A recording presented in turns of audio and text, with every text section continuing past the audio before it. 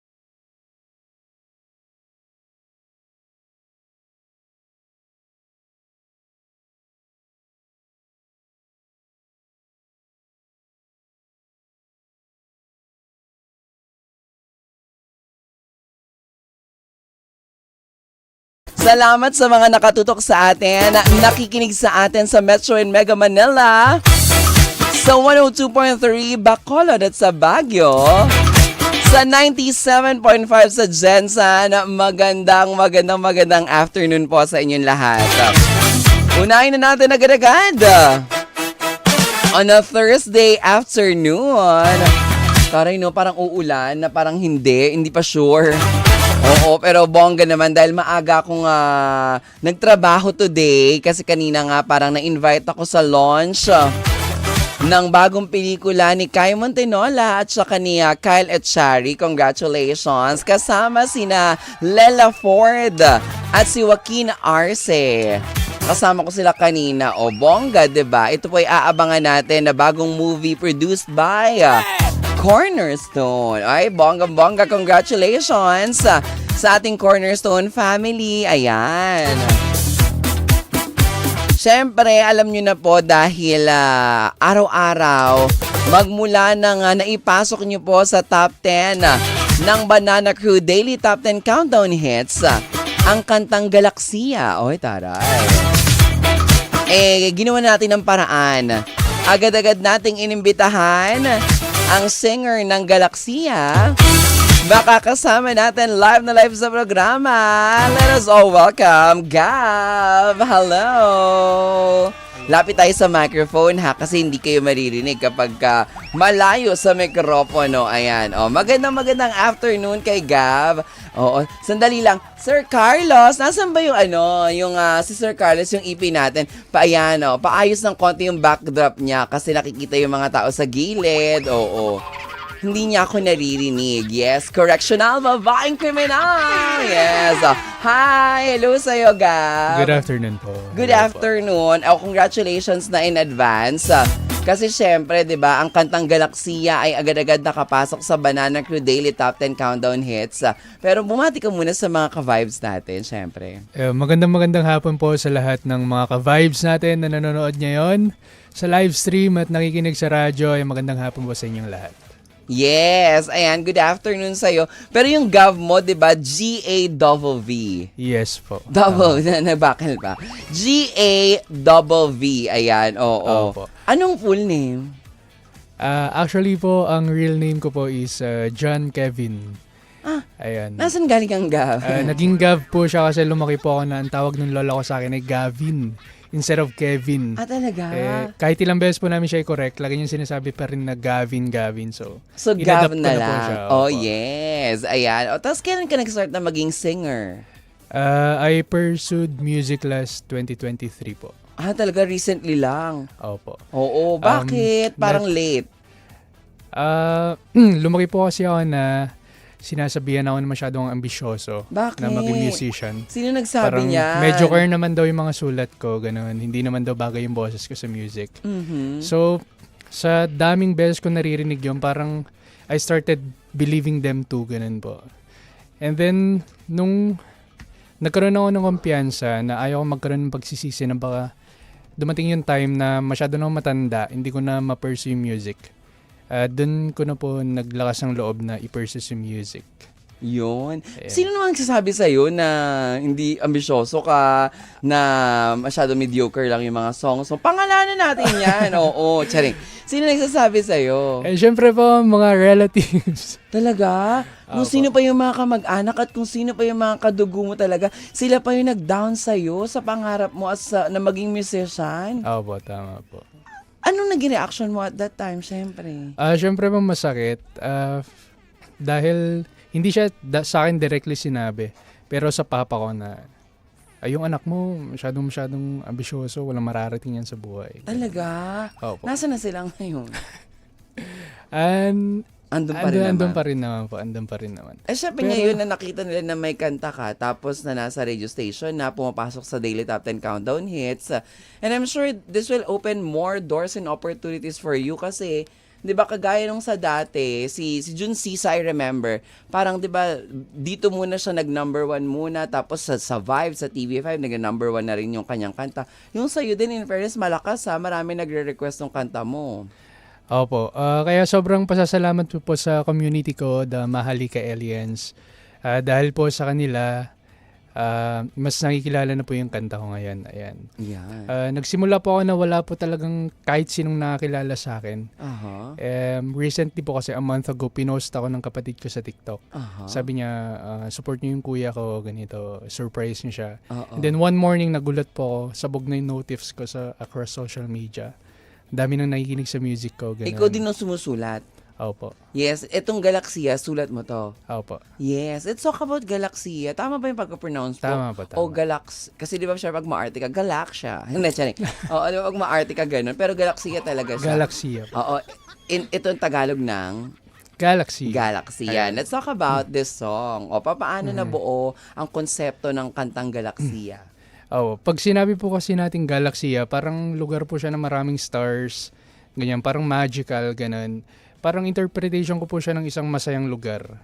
Ayun. So, So, Zambales daw maraming stars, tsaka mga bulalaka. Oo. Oh. Napanood ko sa isang interview, yung kay Jeloy sa Ang Walang Kwentang Podcast. Parang umiga lang sila sa tabing dagat, tapos tumitingin sila sa stars.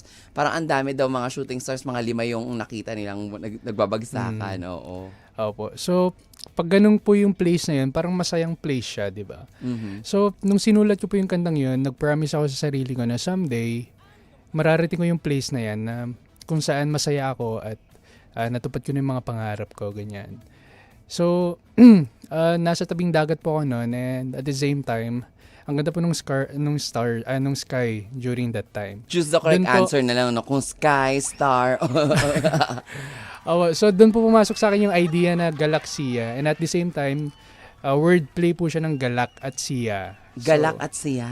Opo. Oo. So, Parang saya, gano'n. Saya, Oo. opo, ganun. So, parang nag-hope siya na si Sia, which is ako, Aha. marating ko yung galak na yon, yung place na yon. Totoo. So, doon po siya nagsimula. Ay, antaray. Tapos, syempre, di ba, parang sa TikTok ka nag-boom talaga nung pinost ka nung kapatid mo? Opo. Ayun na, and then the rest is history na talaga. The rest is history po. Opo, doon na po nag-open ng doors lahat. Ang daming nag-offer ng help sa akin for free, like free MV shooting para sa... So, nakagawa ka na ng music video? sa 30 pa lang po yung Ay, shoot mag-shoot namin. na, wow. Congratulations. And then, Yes. ayun, mga TV appearances sa Net25. Ayan, oo. And then, my first ever solo gig just last 2 weeks ago. And never ko pa na-imagine na mangyayari yon sa buhay ko, magkakaroon ng solo gig. And inorganize po siya ni Dapit Hapon Cafe for Yes. free. Oo. And then, yung mga admins ko po sa Mahalika Alliance sa community, sila pa yung gumastos para sa first solo gig ko. Inorganize po nila. Kaya, sobrang thankful ko po sa lahat na tumutulong sa kanya. Antaray! #deserve na deserve. So, bukod sa Galaxia, ano pa yung mga songs na mga nakatago sa baul na soon mapapakinggan ng ating mga ka-vibes? Opo. Meron pong 3 pang kanta na nasa same universe with Galaxia, same EP sila. Yun si Orbit. And then we have Parasyo and Talangiti. Ayun po. Ano yung una? Orbit po. Orbit. Opo. Ano ang parang puro lahat may kinalaman sa ano, no? Opo. Sa universe. Yung orbit naman po parang... Di ba yun yung dyan umiikot yung ano? Dyan umiikot. So, Yeah. parang Ay, ang ang- taray natatandaan ko pa. Thank to my science teacher. Yes. Ayan. Yes. So parang ang theme po niya ay umiikot yung mundo mo sa isang tao lang. Ayan. And nasa gitna yung tao na yun. So umiikot ka lang sa kanya and there's no possibility na mag-meet kayo sa gitna kasi opposite attracts. Ay, no. Totoo. Since nag-orbit ka lang. Hindi When we think of magkita sa gitna. When we think of the idea of Earth and Sun, parang si Earth umiikot lang kay Sun, pero hindi sila mag-meet sa gitna. Pero sa ngalan ng pagmamahal, Magtatagpo. lahat possible. Talaga? Totoo ba? Posible ba talaga lahat sa ngalan ng pagmamahal? And, yes, so parang niniwala naman ako na possible naman din talaga. Basta mag-meet halfway yung dalawang tao. Tapos isa, orbit. Yung isa po is parasyo. Yung parasyo naman is? Paraisong para sa'yo. Wordplay po ulit siya. Parang galaksiya. Paraisong para sa'yo. Oh. Para siyang palasyo pero parasyo. Saan ka Paraisong kumuha para ng sa'yo. inspirasyon? Bakit parang masyado kang palaibig? Ayan, oo. Ikaw ba ay happy ang iyong puso ngayon? Masayang-masaya po. Talaga? Yung puso ngayon. You're in a Opo. relationship right now? Ah, Ayan. Kay DJ Jaiho ka kasi nagpapa-interview. Kaya ako talaga dire-diretso magtanong. Ayan. So, dahil sa music mo, kasi di ba syempre kapag composer ka, inspired ka kapag masaya ang puso mo. Di ba? Opo. Pero I've written my songs back in 2020 pa po. So yung mga Talaga? kantang yan, like years ago na siya nasulat. Ganun. So walang kinalaman kung ano Wala pong kinalaman yung sa ngayon. estado ng iyong puso ngayon Opo. dun sa mga song na nasulat mo. So ibig sabihin, yung orbit, nasulat mo na siya, wala pa yung someone na karelasyon mo ngayon. Wala pa po. Talaga, narinig Parang niya na ganun. to. Sino ba? I mean, narinig niya na to nung someone, di ba? Oo, nagkapasaya sa puso mo. Yung kanta. Oo. Bakit? Oo. Narinig niya na to, yung mga songs sa sinulat mo. May nakarinig na po. Talaga may nakarinig na. O syempre yung mga listeners natin na gusto nilang mapakinggan yan in the very, Opo. Ngayon po kasi ang nagpapasaya ng puso ko ay yung community ko talaga. Yes. Ayan. Totoo ha, yung community Opo. ba talaga kapasaya ng puso mo. O ayan. Pwede ba kami makarinig ng sample sa sa orbit? Yan. Sa orbit. Oo. Iniiwasan kong mapatingin sa'yo, baka kasi mahuli mo at pag-isipan ng kung ano. Ang taray. Di ba sabi nila, ang isa sa kunyari, nasa isang restaurant kayo, mga organic encounter na ganyan, yung kapag ka nagkatitigan kayo ng someone, di ba yung gano'n, yung kapag ka nagkatitigan kayo ng someone, yung parang mata sa mata talaga kayo, nang hindi nyo sinasadya, parang yun yung unang sign para kayo ay magkaroon ng Interaction. conversation or interaction, di ba? So, ganun yung sa lyrics mo. Ganun po. Opo. Ay, antaray. Bakit ganun? Bakit parang may pagka hopeless romantic ba yung tawag? Or in love, ganun? Yung way of writing songs mo? Siguro po, masyado akong mahilig sa mga rom-coms. And siguro yung mga taong nakapaligid na rin po sa akin, I've heard their stories about their relationships. So yun din po yung isa sa mga pinaghuhugutan ko when I'm writing songs. Talaga? Anong feeling na yung mga kanta mo nandito na sa radio stations, nagkakaroon ka na ng mga gigs mo, napapansin ka na slowly, ganyan? Opo, it feels very surreal po. Like, never ko po siya na-imagine na mangyayari talaga. Kasi dati po takot na takot talaga akong i-pursue music kasi what if walang makinig, what if walang maka-appreciate. And then now, seeing na marami na pong nakaka-appreciate sa mga gawa kong kanta, sobrang blessed po talaga. Sabi dito ng mga comments, sabi ni RV Alburo Kabunganay. Sabi niya, ha, na hot seat siya. Yes, oo. Kasi nga naman, 'di ba? Pagka ganyan dapat nalalaman niya ng mga fans kung ano talaga yung tinitibok ng iyong puso, ganyan. But puro masaya, no? Puro parang wala ka pang nasusulat na parang pang broken Now, heart. mas marami pa yung pang broken. Ay, talaga. Opo. Bakit? Ano yung may share mo sa mga fans mo at sa mga ka-vibes natin na kwento na pinakamasasabi mong the hardest heartbreak na napagdaanan mo? Ayan, oo. The hardest heartbreak pa siguro. Eto, first and foremost, I've never been in a relationship po before. Nung nangyari po to, first MU ko. MU, mag-un. Opo, Hindi, mag-un na. Yeah. Mag-un muna. And then, mutual understanding. Mutual understanding. And then, after 2 months of knowing each other, Talaga may pagkakakilala ng 2 buwan. Yes. Opo, Oo. namatay po. Siya? As in? Opo. As in, sumakabilang buhay? Oh? Opo. Naging kayo? Hindi po. Ay, kasi... Wala pa po kami sa point na ganun. Tapos nung nawala siya, nung kinuha siya ng ating creator, nakapagpaalaman lang kayo? Hindi po. Bakit?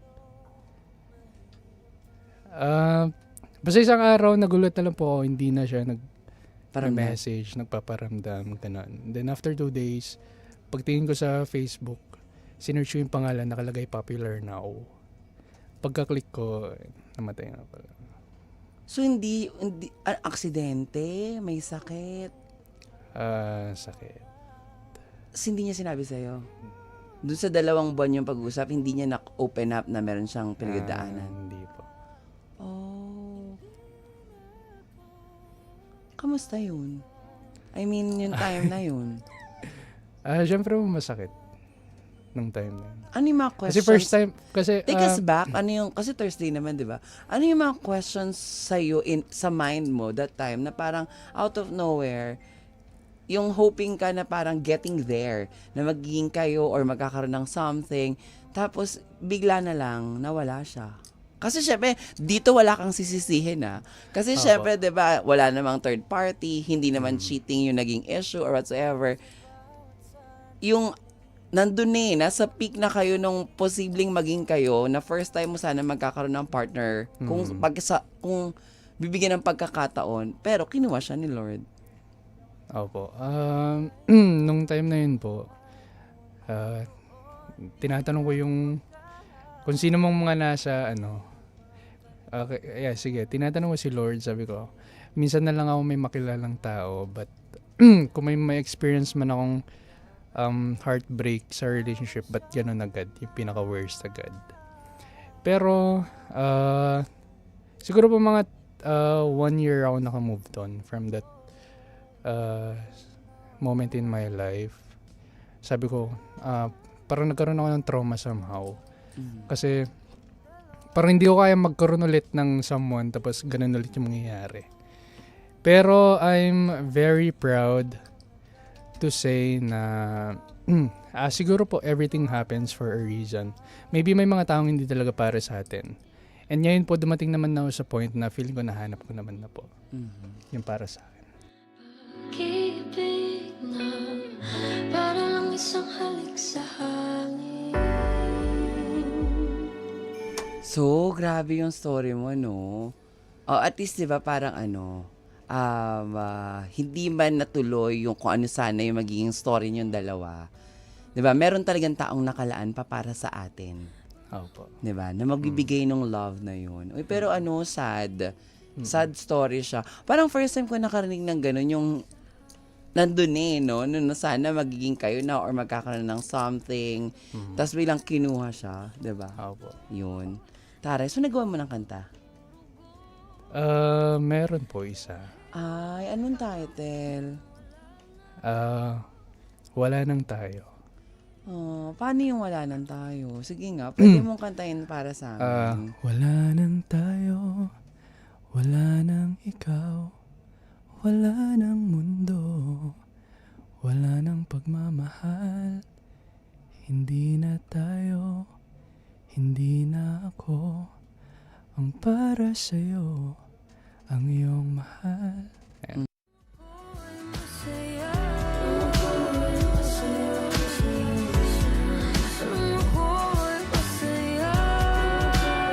Sabi dito ng mga fans mo, we cannot replace her, but we can create more memories with your Mahalika Alien. Sabi nila. Oh, yes.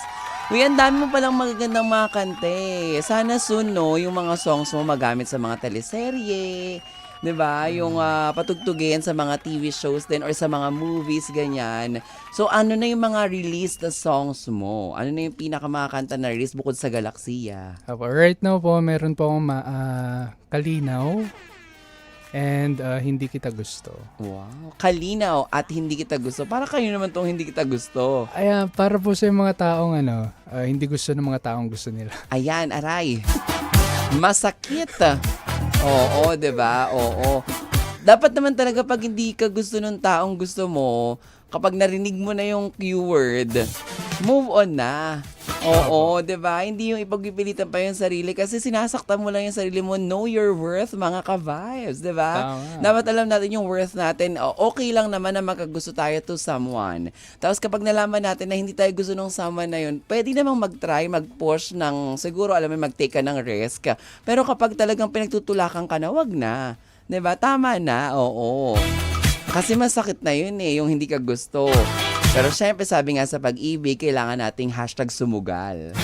Oo, pero hindi naman pwede yung sugal ka ng sugal at saka ang nangyayari, nakadapa ka na, binubugbog ka pa, di ba? No? Oo, ganon.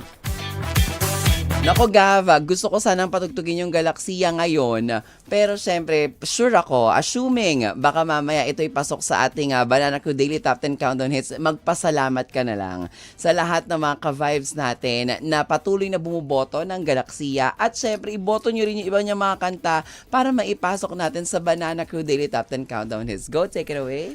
Ayun, maraming salamat po sa lahat ng sumusuporta kay Galaxia. Sa Mahalika Alien, sa mga admins ko. Thank you so much po for voting for my song every day sa Banana Crew. Sana makapasok ulit tayo ngayon sa top 10 at hoping tayo na laging ma-maintain natin if ever yung top 1 naman. At saka nag-number 1 ka ng maraming araw, ha? In Opo. fairness. So congratulations sa'yo ng bonggang-bongga. Ayan, nakasama po natin. Live the live. Si Gav. May mga upcoming gigs ka ba? Saka mga gustong pasalamatan? Wala pa pong, meron po upcoming gigs this coming October 10 sa SM North Ayan. Sky Dome. Wow. Ayan, and gusto ko pong pasalamatan yung mga kapatid ko for supporting me since day one, pati po sa family ko, sa Mahalika Aliens. Thank you so much sa inyong lahat, sa admins ko. And to my someone right now, thank you so much for your unending support and for everything you've done for me. Thank you. Antaray. Sana all merong someone na ginagawa ang lahat para sa kanyang iniirog, 'di ba? Maraming salamat, Gav.